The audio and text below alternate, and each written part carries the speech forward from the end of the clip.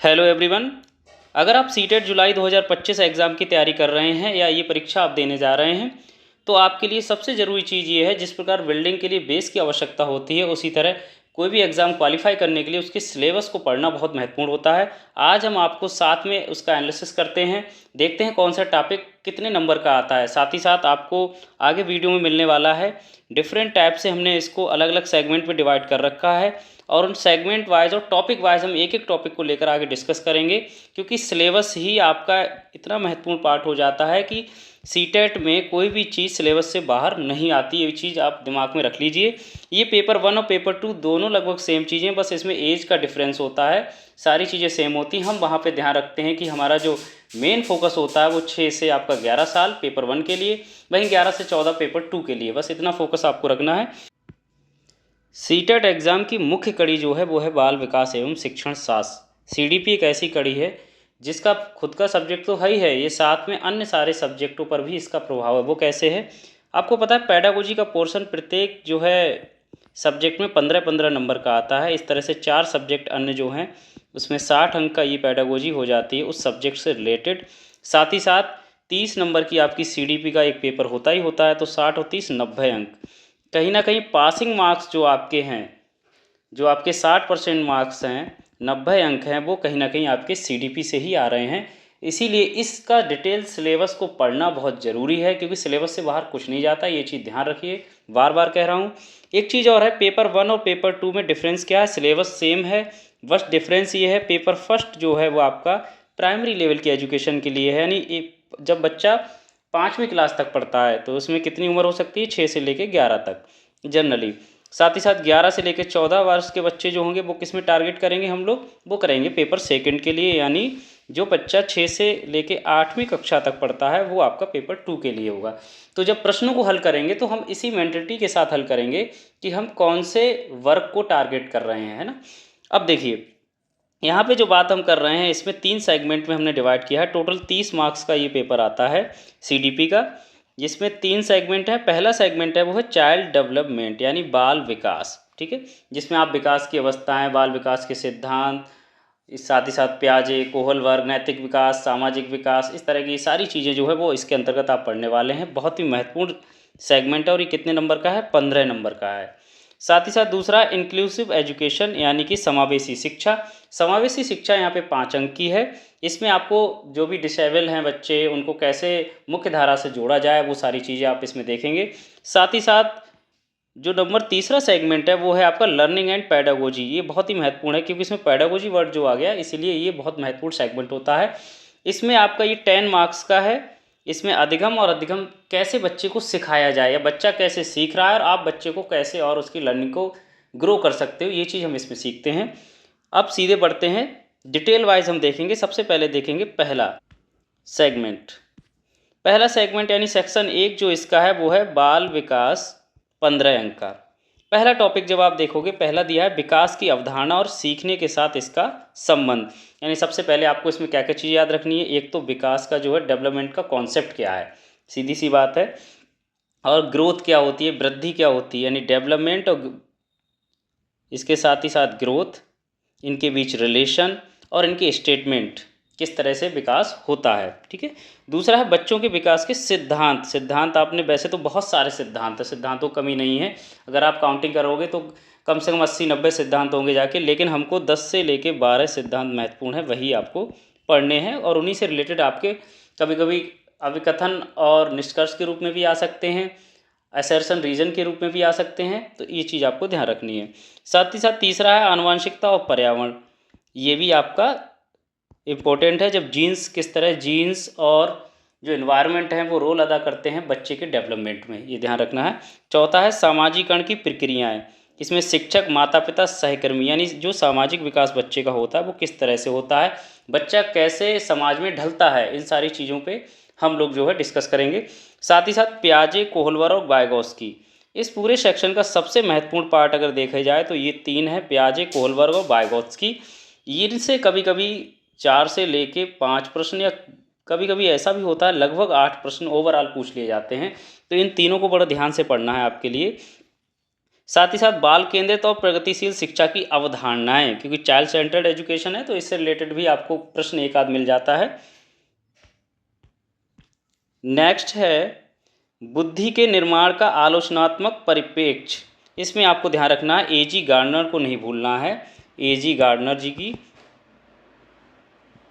जो बुद्धि का जो सिद्धांत है उनका, उसको ध्यान में रखना है, क्योंकि उससे रिलेटेड हर बार 1 से 2 प्रश्न आते ही आते हैं। साथ ही बहुआयामी बुद्धिमत्ता, ये भी इसी से रिलेटेड, यानी बुद्धि से रिलेटेड जो भी चीज़ें हैं वो आपको थोड़ा डीपली पढ़नी है। 2 से 3 क्वेश्चन, कभी कभी 1 से 2 क्वेश्चन, ऐसे क्वेश्चन आते रहते हैं। भाषा एवं विचार, बच्चा कैसे भाषा बोलना सीखता है, कैसे उसके मन में थॉट्स आते हैं, पहले भाषा आती है कि पहले विचार आते हैं, ये सारी चीज़ें इस पर हम पढ़ेंगे। साथ ही साथ सामाजिक संरचना के रूप में लिंग भूमिकाएं, लिंग पूर्वाग्रह और शैक्षिक अभ्यास, इस सारे सेक्शन में मैंने देखी कीवर्ड जो आपको हाईलाइट कर दिया है, लिंग पूर्वाग्रह। इसके प्रश्न बहुत आएंगे। जेंडर स्टेरियोटाइपिंग जिसको बोलते हैं, वो बहुत सारे प्रश्न इसके पूछे जाते हैं। इसमें बच्चा और लड़का और लड़की का डिफरेंस है ना, वो हमें डिफरेंस नहीं रखना होता है, वहाँ पे डिफरेंस कुछ ना कुछ दे रखा होगा और आपसे पूछा गया जाएगा कि ये किस तरह की चीज़ है या ये इसको क्या कहते हैं। ठीक है। 11 नंबर है शिक्षार्थियों के बीच व्यक्तिगत अंतर, यानी जिसको हम इंडिविजुअल डिफरेंसेस भी कहते हैं। बच्चों को अलग अलग परिवेश से आते हैं, अलग अलग पृष्ठभूमि से आते हैं, उनके सीखने की दर अलग होती है, समझने का तरीका अलग होता है। इस चीज़ को ध्यान में रखकर साथ ही साथ भाषा, जाति, लिंग, समुदाय, विविधता के आधार पर अंतर को समझना होता है, ये चीज़ें ध्यान रखनी है। नेक्स्ट,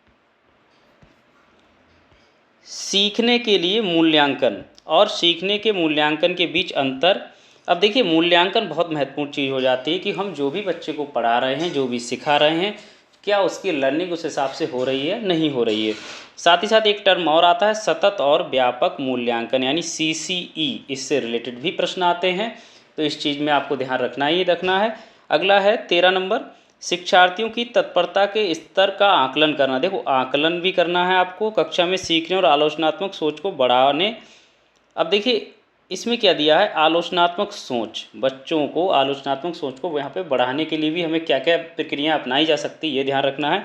इसी के साथ साथ उपलब्धि का आकलन, इसमें आपको रिलेटेड ये क्वेश्चंस मिल जाते हैं कि प्रश्न कैसे होने चाहिए, किस तरह से प्रश्नों से बच्चे की जो है उपलब्धि का सही आकलन होगा, ये सारी चीज़ें इसके अंतर्गत आएंगी। अगला सेक्शन नंबर 2 है। सेक्शन नंबर 2 में अब जब आप देखते हैं तो इसमें जो दिया है वो समावेशी शिक्षा और विशेष आवश्यकता वाले बच्चे, जिसमें CWSN इस तरह के बच्चे आते हैं, आपको पता है। वंचित बच्चे होते हैं, डिसेबल भी बच्चे हो सकते हैं, यानी उन सबको जब इकट्ठा करके हमें एक क्लास में रखना है, समावेशन करना उन सबका, तो इसमें 5 अंक का ये आएगा पोर्शन, और ये पोर्शन अगर आप सही से करेंगे तो इसके 5 के 5 अंक आपके पक्के हो जाएंगे। अब देखिए, इसमें पहला है वंचित और वंचितों सहित विविध पृष्ठभूमि से आने वाले शिक्षार्थियों को संबोधित करना। सीधी सी बात है, मैंने अभी आपको बता ही दिया। अलग अलग पृष्ठभूमि से बच्चे आ रहे हैं, सोशली डिस्कनेक्ट रहे हैं, या किसी तरह से उनका मुख्य धारा में आपको लाना है, तो उसके बारे में आपको किस तरह आप उनको लाएंगे, ये सारी चीज़ें आप देखेंगे इसमें। साथ ही साथ बाधित शब्द जो आ गया, जिसमें आपके लिए बैरियर जो चीज़ें हो रही हैं, चाहे वो फिजिकली डिसेबल हों या मेंटली डिसेबल हों, उनको किस तरह हम कैरी आउट करते हैं, उनको किस तरह से हम मुख्य धारा में जोड़ते हैं, वो यहाँ पे महत्वपूर्ण हो जाता है। इसके अलावा प्रतिभाशाली और रचनात्मक, यहाँ पे ये नहीं है कि हमें सिर्फ डिसेबल बच्चे देखने, हमें वो बच्चे भी देखने हैं जो बहुत ज़्यादा क्रिएटिव हैं और बहुत ज़्यादा प्रतिभाशाली हैं, सृजनात्मक वाले हैं। तो ऐसे बच्चों को भी किस तरह उस क्लास में समाहित किया जाए, ये भी आपको ध्यान रखना है।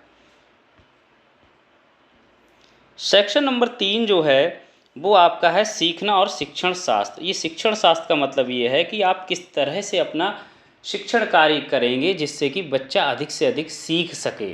ठीक है, ये पेडागोजी हमारी इसी पे बेस्ड है कि बच्चों को हमें इस तरह से देखना है कि बच्चे जो है अधिक से अधिक सीखें, और उनको इस तरह की एक्टिविटीज़ या किसी की चीज़ों के माध्यम से उनको इनरोल रखना है, अपने साथ एक तरह से इंगेज रखना है। ठीक है, अब पहली चीज़ है इसमें सीखना।